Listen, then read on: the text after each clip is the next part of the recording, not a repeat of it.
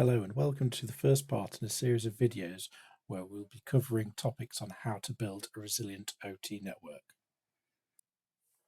My name is Sam Kelly and I'm the Principal OT Consultant here at Avord. If after watching this video you have any questions or just want to get in touch, please feel free to reach me at the following email address here. So in this series of videos on how to build a resilient OT network, we'll be looking at 4 different parts. Today we're focusing on part 1, the guidelines, standards and regulations, and in later videos we'll be looking at how to architect an OT network, the Purview model, and what devices you would typically find in each of the levels. Part 3 we'll be looking at network segmentation and what products you can use in order to achieve this. And finally, we'll be finishing off this series with some practical security measures, some things which you can take and implement at your sites to help improve your cybersecurity posture. Okay, so when looking at guidelines, standards, and regulations, it's important to know the difference between each of these and whether they're going to be applicable to you or not. So, first of all, looking at guidelines, these are generally just helpful suggestions and they would document best practice or good ideas which you could then implement in your specific industry. When we're looking at standards, these are internationally agreed upon rules, so very good frameworks to follow and generally what you should be looking at doing in order to achieve a certain level of cybersecurity.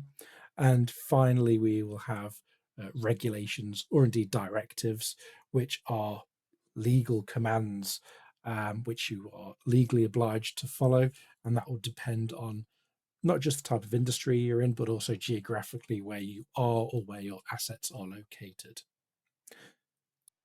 And what I have on screen is just a few examples of each. So with guidelines in the United States, you could have the Guide to OT Security.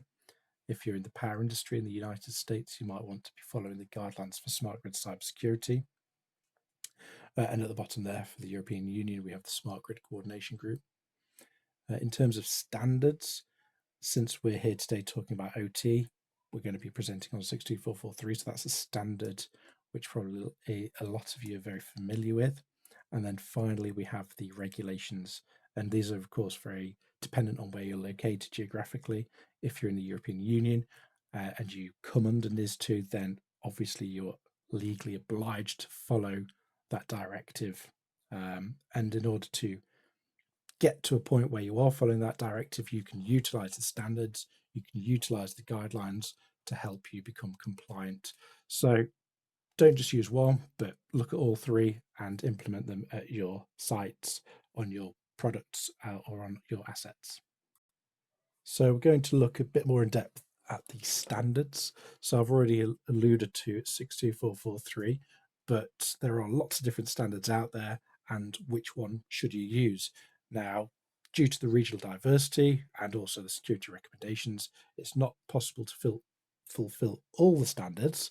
However, as I've already mentioned, 62443, this is generally an internationally recognized and accepted as the most comprehensive standard for industrial automation control systems. So I'd highly recommend looking at that standard and working to that going forward.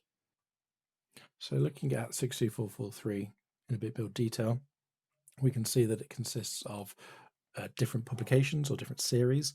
So which one you would choose would depend on whether you are, for example, an asset owner, whether you're doing a security risk assessment for a system design. If you're a manufacturer of products, so for example, you are making a industrial switch, you should look at making sure that you're doing, for example, 4-1, you're utilizing a secure product development lifecycle, and also that you're doing the technical security requirements for IX components. But also, if you are a manufacturer of a system and you are utilizing these components, it's something that you could go ahead and check. So, for example, if I was to put in a network switch into my industrial environment, I'd want to see, has it been manufactured? Has it been designed to be 62443 compliant? And we can see here on screen, we have an example of a Siemens switch, and they are advertising the fact that they are following IEC 62443 4-2, and it is in fact certified. So I can be confident in using that product in my industrial network.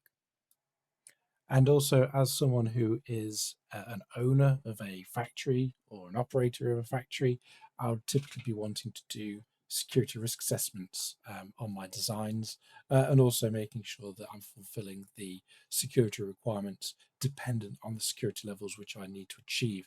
So to do this, we have 3-2 and also 3-3 to help us achieve this. So say we are an operator of an industrial system and we want to do a cybersecurity risk assessment on it, then we could look at 3-2 to help us do that.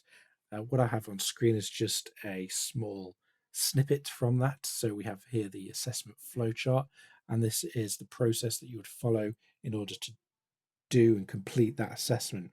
Now, this is something that you could look at doing yourself, but more often than not, it would be contracted out to a third party, which is more experienced in this matter.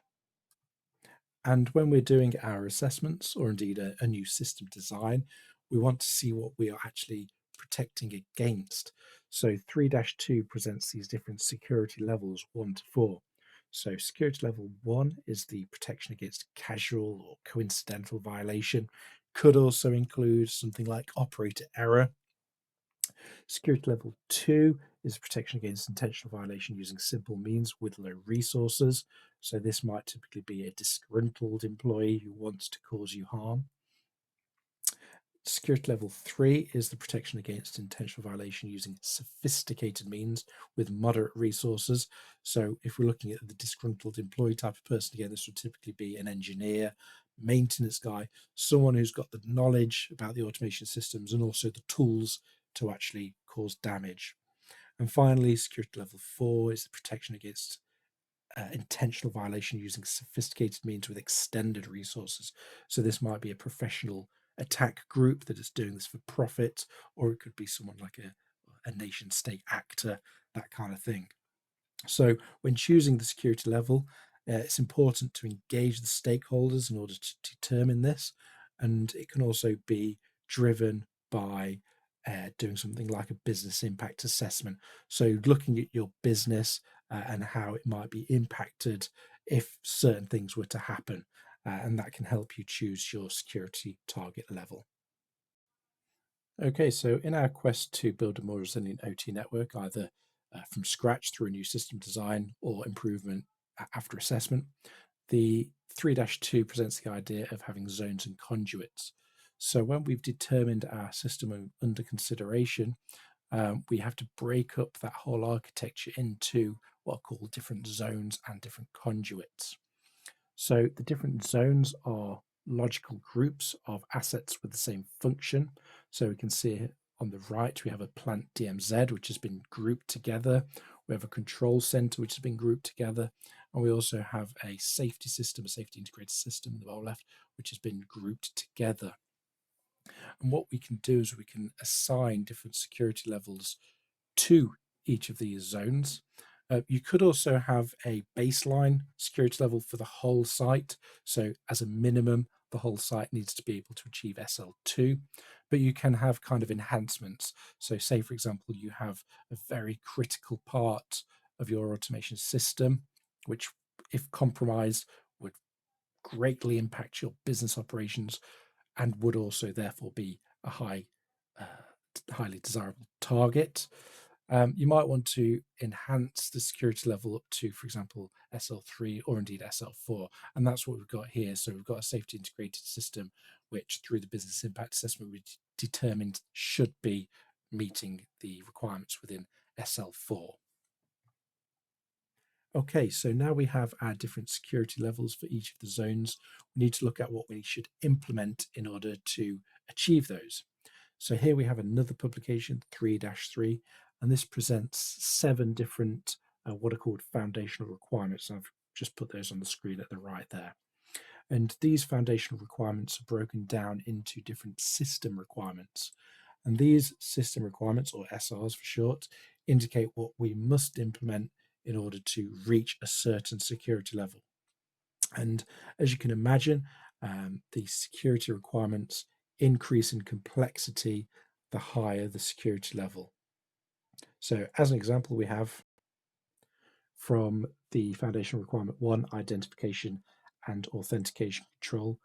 There is the system requirement 1.1, so human user identification and authentication. And the way it's shown in the publication is exactly like this. So we will have the system requirement, and then through each of the columns we have the capability. So security level capability 1 going up to 4. So I'm not going to read out the whole thing, but SL 1.1, in order to achieve SL1, we basically just need to identify that it is a human user, okay, and that we've authenticated them. Now, this could be through standard usernames and standard passwords. We don't necessarily care who that user is, so long as that they are human. Now, going up to SL2, here we can see it's RE, which is requirement enhancement. So we have requirement enhancement 1 in order to achieve SL2. And this is stating that the control system should provide the capability to uniquely identify and authenticate all users, all human users to be specific. So this is having individual usernames with passwords. And then it goes up from there.